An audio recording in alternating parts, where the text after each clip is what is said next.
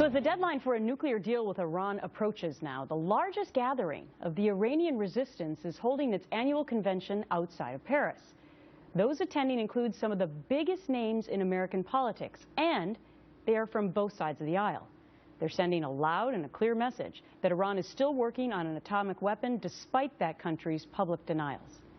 Senior correspondent Eric Shawn streaming live for us outside of Paris with developments on this meeting. Hi, Eric. Hello, Gretchen. You know, in the arc of human history, resistant movements have toppled tyrannies and oppressive governments. Those here point to George Washington fighting the British, the fall of the Berlin Wall, the collapse of the Soviet Union, the movements resisting Nazi Germany. They want to add Iran to that list.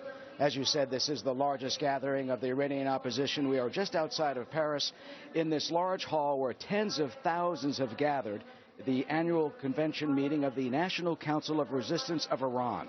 The group first started fighting the Shah, then took it to the mullahs. It was considered a terrorist group, but has been taken off that list by European and U.S. authorities over the last 6 years.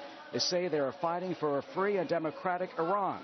So we sat down for an exclusive interview with the group's leader, Maryam Rajavi. It was her first American television interview, and she told us there is no doubt Iran is trying to build a nuclear weapon, should not be allowed to enrich uranium under the agreement coming July 20th, and says the U.S. and the West should, quote, rid the world of what she calls the cancer of Iranian terrorism and fundamentalism. I'm confident that the religious dictatorship ruling Iran will not last in the 21st century and will be overthrown. It really begs logic to expect this religious dictatorship, the founder of terrorism and fundamentalism in the whole of the region, and is seeking nuclear weapons to take international policy hostage to continue and endure. The reason is that the Iranian people reject this regime.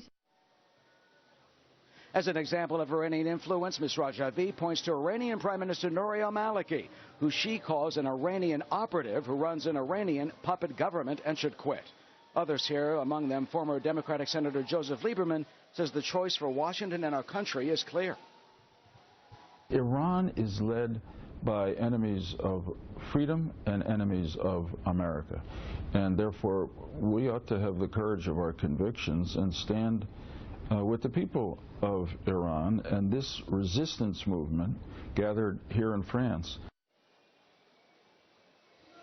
Well, the Iranian government calls this group a terrorist group. It says it's a cult and that its allegations have been fabricated.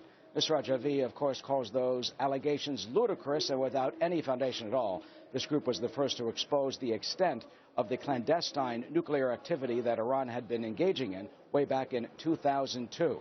She also says an example of this, of the fact that there have been more executions of this group's supporters and sympathizers and dissidents in Iran. It is a record number under President Rouhani, she says.